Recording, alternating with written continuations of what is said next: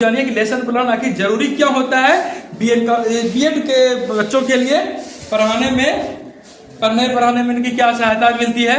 खैर यहाँ पर हम जानते हैं।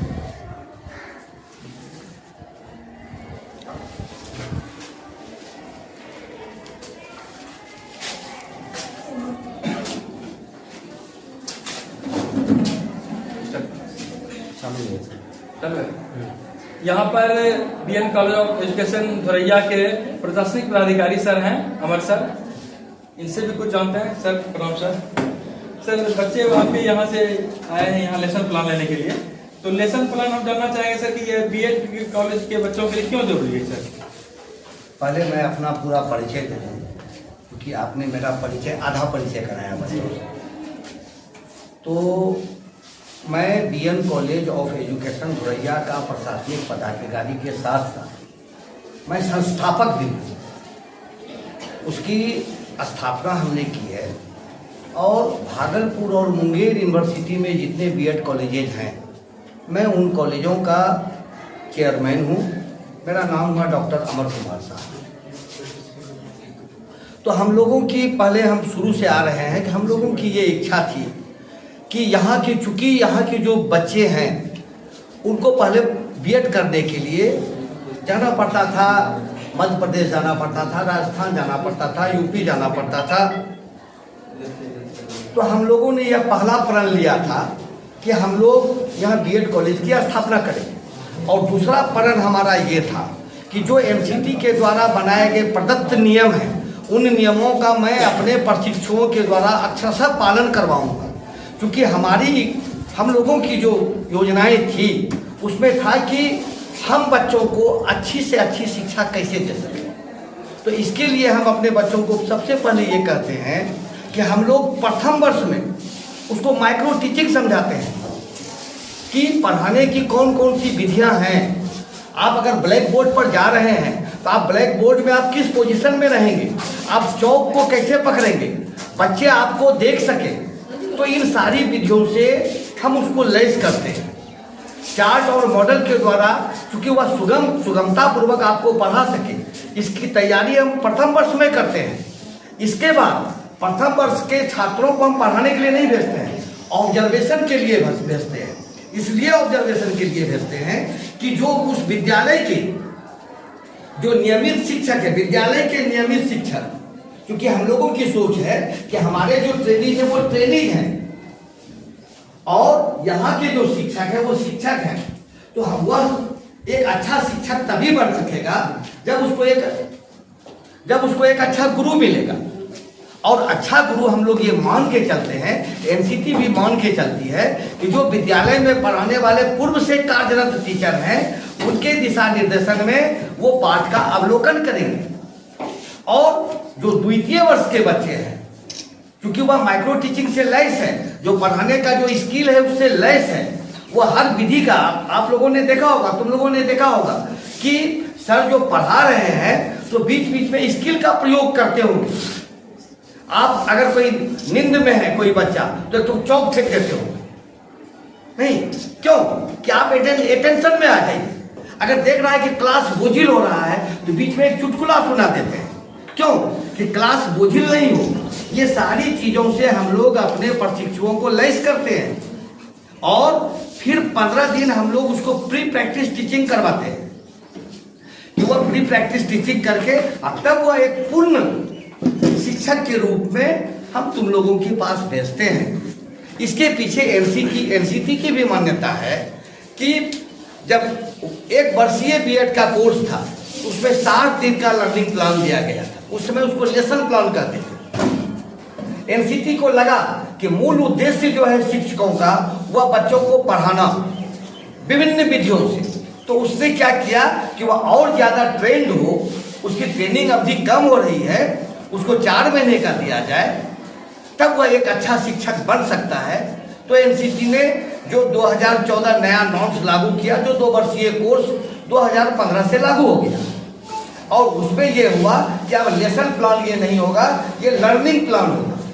और तुम्हारे यहाँ तुमने देखा होगा कि हमने अपने प्रशिक्षुओं को 18 दिसंबर को आप तुम्हारे यहाँ पर भेज दिया है 18 जनवरी को सॉरी, और 18 मई को उसका 4 महीना पूरा जाता है। हम लोग इसको सोचे थे कि 25 तारीख तक हम टेनिस को रखेंगे, क्योंकि हम इस बात को जानते हैं कि सारे बच्चे निश्चित रूप से जो पढ़ने वाले हैं वो निश्चित रूप से हमारे प्रशिक्षु से सेटिस्फाइड हुए होंगे, और ये जो विदाई की बेला है निश्चित रूप से आपके आंखों से अश्रु बह रहे होंगे। नहीं, इसलिए कहा है कि यह सांझ उषा का आंगन आलिंगन विरह मिलन का, ये नहीं घबराना है। यह अगर विरह का है तो फिर आने वाले समय में तुरंत मैं बहुत जल्दी फिर द्वितीय वर्ष के प्रथम वर्ष की परीक्षा हो जाएगी, जब ये द्वितीय वर्ष में चले जाएंगे तो मैं इनको तुरंत भेजूंगा, और फिर जिस तरीके से इन लोगों ने पढ़ाया है उसी तरीके से पढ़ाएंगे। हम अपने प्रशिक्षु के बारे में हम तमाम आप जो छात्र हैं उनसे पूछना चाहते हैं कि आप बताइए कि हमारे प्रशिक्षु ने जो आपको पढ़ाया आप उससे कितना संतुष्ट हैं। कोई एक स्टूडेंट बताओ, कोई एक स्टूडेंट हमारे जो ट्रेनिंग पढ़ाए तुम कितनी संतुष्ट हो उसकी पढ़ाई से? हाथ उठाओ, जो संतुष्ट है वो हाथ उठाओ, जो संतुष्ट नहीं है वो हाथ नहीं उठाए। चारों तरफ घुमा दो।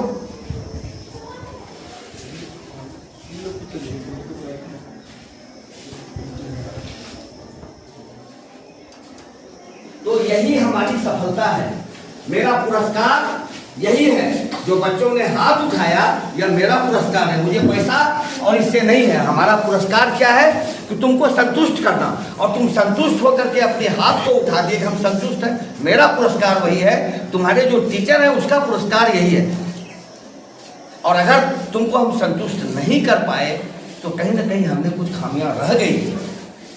अगर कहीं पर कुछ है तो बताओ, आने वाले समय में हम उसको दूर करने का कोशिश करेंगे। लेसन प्लान की आवश्यकता क्यों महसूस की जाती है आखिर? मैं अजितेश कुमार, मैं अपने कुछ छात्रों को प्रशिक्षकों को लेकर के यहाँ आया हुआ हूँ राजकीय उच्च विद्यालय धौनी में। इन्होंने 4 महीने का अपना समय इन्होंने दिया, अपना कीमती समय इन्होंने दिया है। ठीक है, ये यहाँ पे बच्चों को पढ़ाने आए हुए हैं। ठीक है, ये मतलब कि SIP जो प्रोग्राम है इनका, ये इसलिए ज़्यादा ज़रूरी है क्योंकि निकट भविष्य में इनका जो एम है वो साफ निकल कर के आ रहा है कि हम शिक्षक बनना चाह रहे हैं। और शिक्षक बनने के लिए सबसे पहला कदम जो इन्होंने स्टेप लिया कि वो आफ्टर ग्रेजुएशन इन्होंने B.Ed में एडमिशन लिया, जो अभी के समय में नॉर्म्स के अकॉर्डिंग आप B.Ed क्वालिफाई होने चाहिए स्कूल में पढ़ाने के लिए। तो इन्होंने B.Ed में एडमिशन लिया, और B.Ed के एडमिशन के बाद फर्स्ट ईयर में इनका माइक्रो टीचिंग होता है, जो 1 महीने का ऑब्जर्वेशन प्लान होता है। माइक्रो टीचिंग क्या होता है? माइक्रो टीचिंग में इन्हें जो भी स्किल्स पढ़ाता है, जैसे ब्लैक बोर्ड स्किल है, व्याख्या कौशल है, ठीक है, आपका फिर ये कक्षा कक्ष प्रबंधन कौशल है, उद्दीपन परिवर्तन कौशल है, पुनर्वलन कौशल है। इन सब कौशलों का प्रयोग करके छात्र ज़्यादा से ज़्यादा बच्चों से जुड़ना चाहते हैं, और ज़्यादा से ज़्यादा अच्छे तरीके से छात्र जो है बच्चों के बीच जो भी टॉपिक है, जो भी प्रकरण है, उसको अपने बच्चों के बीच आसानी से और बड़ी सुविधाजनक तरीके से बच्चों के बीच रख पाए। ठीक है, जिससे बच्चों का ध्यान भी ज़्यादा से ज़्यादा उत्कृष्ट हो कि क्या सिलेबस चल रहा है, क्या टॉपिक की पढ़ाई हो रही है, उसके बारे में बच्चे ज़्यादा से ज़्यादा जान पाएंगे। इसलिए हम विभिन्न कौशलों का प्रयोग करते हैं। ठीक है, उन कौशलों के प्रयोग से क्या होता है कि बच्चों का ध्यान कक्षा में बना रहता है कि हाँ, कक्षा कक्ष प्रबंधन, जैसे आप एक एग्जाम्पल लेते हैं हम कि कक्षा कक्ष प्रबंधन, उसमें क्या है कि बच्चे जो है आप जो पढ़ा रहे हैं बच्चों के बीच, या बच्चों में जैसे बच्चों की आदत होती है शोरगुल करना, क्या बच्चे शोरगुल तो नहीं कर रहे हैं? जो आप पढ़ा रहे हैं शिष्टाचार तरीके से छात्र आपकी बातों का अनुसरण कर रहे हैं। आपने जो श्यामपट्ट पर लिखाया है उनके मुख्य मुख्य बिंदुओं को बच्चे अपनी उत्तर पुस्तिका में नोट डाउन कर रहे हैं, नहीं कर, इन सारी चीज़ों को हम कक्षा के प्रबंधन में देखते हैं। फिर बात आती है श्यामपट्ट कौशल की। श्यामपट्ट कौशल में क्या है कि शिक्षक जो है किस तरीके से श्यामपट्ट पर लिखना है, जिससे सारे बच्चों को विजिबल हो पाए कि आप क्या लिख रहे हैं। दूसरा चीज, श्यामपट्ट पर खड़े होने का किस तरह से तरीका है, उस अपने तरीके से आप श्यामपट्ट पर खड़े हो रहे हैं। जैसे फॉर एग्जाम्पल श्यामपट्ट पर खड़े होने का तरीका 45 डिग्री का एंगल आपका बनना चाहिए, जिससे क्या हो, बच्चों के बीच आपका पीठ, आपका जो बैक है वो बच्चों को ना दिखे। ठीक है, आप थोड़ा सा टिल्ट हो जाइए, कर्व हो जाइए, जिससे श्यामपट्ट पर और बच्चों पर आपकी नजर बनी रहे, आपका आई कांटेक्ट आपका बना रहे, जिससे क्या होगा, बच्चों को लगेगा कि सर जो है हमसे जुड़ करके या मेरी तरफ देख करके या हमको देख करके सर पढ़ा रहे हैं या बता रहे हैं। बच्चे ज्यादा समझ पाएंगे। फिर है कि आप बीच बीच में आप उद्दीपन परिवर्तन कौशल का प्रयोग कर लीजिए, पुनर्वलन कौशल का प्रयोग कर लीजिए। ठीक है, क्वेश्चन स्किल का प्रयोग कर लीजिए कि कहीं किसी बच्चे को कुछ भी दुविधा आ रही है, आप बीच बीच में उनको उस प्रश्न के डाउट को सॉल्व करिए। फिर बीच बीच में बच्चों का मनोरंजन भी आप कर दें कि कक्षा बोर ना लगे। कि आप देखते होंगे कंटिन्यू आप 40 मिनट का आप लेक्चर लीजिए, क्या हो जाते हैं, बच्चे सुस्त हो जाते हैं। ये कच्ची मिट्टी के हैं, ठीक है, ये अभी उतना परिपक्व नहीं हुए हैं कि एक साथ में इतना समय वो आपका ले पाए। तो क्या है, बीच बीच में इनका मनोरंजन भी होना चाहिए। तो ये सारे कौशलों का प्रयोग करके आप सारे चीज़ों को सिस्टमेटिक वे में आप आसानी से फॉलो करवा सकते हैं, जिससे क्या होगा कि आपका और बच्चों के बीच आपका जो जुड़ाव है वो बहुत हद तक, मतलब क्या बोला जाए, बहुत हद तक आप जुड़ने की कोशिश कर पाएंगे। आप उनसे आई कांटेक्ट बनाते रहिए जो भी पढ़ा रहे हैं, और ज़्यादा से ज़्यादा बच्चों के डाउट को क्लियर कीजिए। सिर्फ सिलेबस कंप्लीट करना ही एक शिक्षक का दायित्व नहीं है। आप जो भी टॉपिक पढ़ा रहे हैं बच्चों को, उसमें मतलब क्या बोला जाए, उस टॉपिक में एकदम उनको सर्वोपरि कर दीजिए कि कहीं कोई बाधा वापस उनको उस टॉपिक में ना आए। और इन फ्यूचर अगर कोई दुविधा या कोई बाधा या कोई परेशानी आती है तो आप उनको उस परेशानियों को दूर कीजिए, ये आपका दायित्व है। कहते हैं ना, शिक्षक समाज का आईना होते हैं।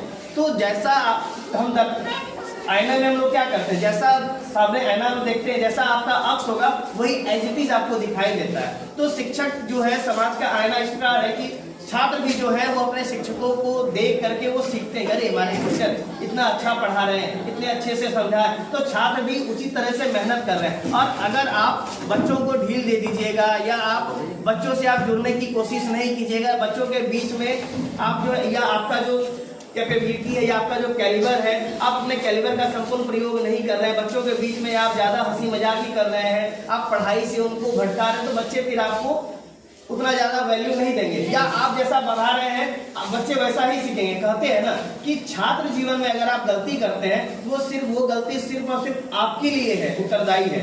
बट शिक्षक जीवन में जब आप गलती करते हैं तो उस गलती का खामियाजा इन बच्चों को भी भुगतना पड़ता है।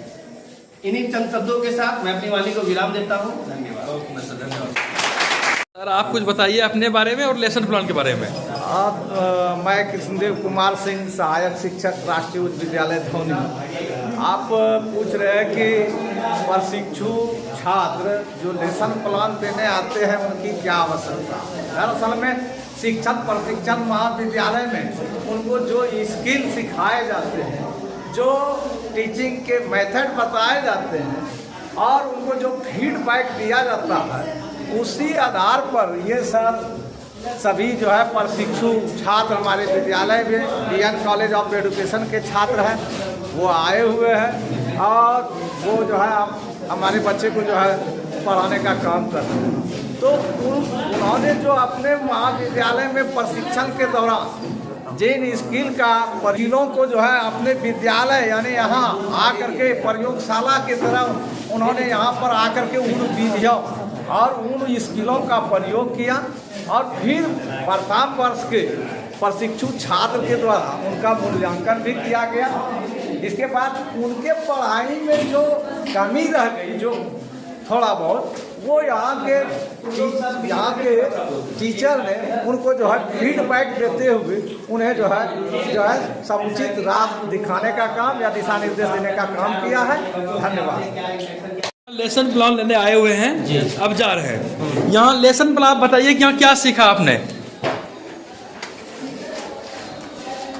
गुड मॉर्निंग, मैं Ajay Kumar BN college of Education के बीएड सेकेंड ईयर के प्रशिक्षु +2 राष्ट्रीय उच्च विद्यालय धौनी में 4 महीने के लिए लेसन प्लान प्रस्तुतिकरण के लिए मैं यहाँ आया हूँ, जो आज मेरा आखिरी दिन है।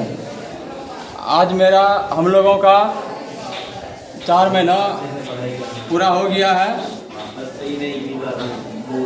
मैं Karan Krishnan BN college of education का छात्र, सेकेंड ईयर सेशन 21-23। मैं एसआईपी के लिए 4 महीना के लिए यहाँ आया हूँ, जो कि मुझे अनुभव हुआ कि 4 महीना में मेरा जहाँ तक अपना ओपिनियन है, छात्रों के द्वारा जुड़कर मुझे बहुत अच्छा महसूस हुआ। छात्रों की हर चीज़ में सहभागिता देखी गई और जितना मुझे ज्ञान था मैंने सभी में बांटा, और छात्रों से मुझे भी बहुत कुछ सीखने को मिला, जिससे मुझे बहुत संतुष्टि हुई। मैं Rakesh Kumar BN college of Education के प्रशिक्षु यहाँ 4 मंथ के लिए +2 राष्ट्रीय उच्च विद्यालय धोनी आए हुए थे, जो बच्चों के से बहुत कुछ सीखने के लिए मिला और बच्चों को भी बहुत कुछ बताया गया। मैं Sumit Kumar BN college of Education first year के धोनी हाई स्कूल में प्रशिक्षण के लिए आया हूँ। लेसन प्लान 1 महीने के लिए प्रशिक्षण में मैंने बच्चों के बीच कुछ क्लासें भी ली, जिससे मुझे अच्छा लगा, और क्षेत्रीय स्कूलों में यहाँ का स्कूल मुझे बहुत अच्छा लगा। मैं Kumar Raman BN college of Education के फर्स्ट ईयर का स्टूडेंट हूँ और 1 मंथ के ऑब्जर्वेशन में आया हूँ।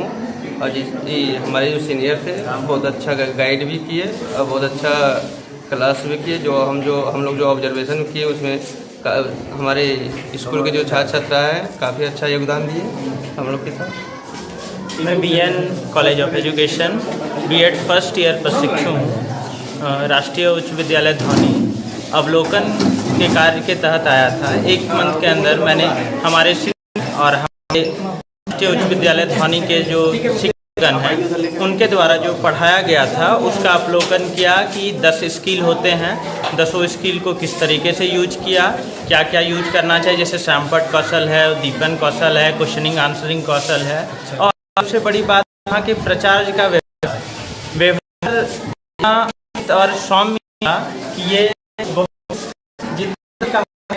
के द्वारा आप लोगों को पढ़ाने का कार्य संपादित किया जा रहा था, तो इस पढ़ाई से आप लोग संतुष्ट हैं?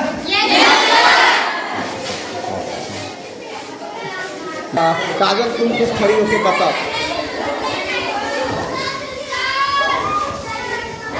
से तुम संतुष्ट हैं? क्या क्या इस दौरान तुमको क्या अच्छा लगा विशेष? हम सबको पढ़ाई बहुत अच्छा लगा। हम लोग को कभी भी बोरिंग महसूस नहीं होने दिया क्लास में, और इतना अच्छा से हम लोग को पढ़ाई की, हर एक सब्जेक्ट का हर एक विषय हम लोग को समझ में आया, और हो सके तो एग्ज़ाम में हम लोग को ये सब कुछ आए और हम लोग अच्छा से भर सकें। ये लोग पढ़ाए कैसा लगा? बहुत अच्छा लगा। अच्छा लगा। क्या विषय अच्छा लगा? ये लोग परेशान भी किए? नहीं सर। तुम लोग परेशान की? Yes sir. बहुत परेशान की? यस। क्वेश्चन पूछते थे? Yes sir. पूछने में डर भी लगता था? नहीं सर। नहीं। क्या विशेष कुछ सर कुछ बताए, कुछ एक्स्ट्रा जो पहले नहीं जानते थे? Yes sir. क्या जाने? अच्छा लगा। क्या नाम है तुम्हारा? मेरा नाम सोनू भारती है। सोनू भारती? हाँ। वाह, नाम बहुत सुंदर है।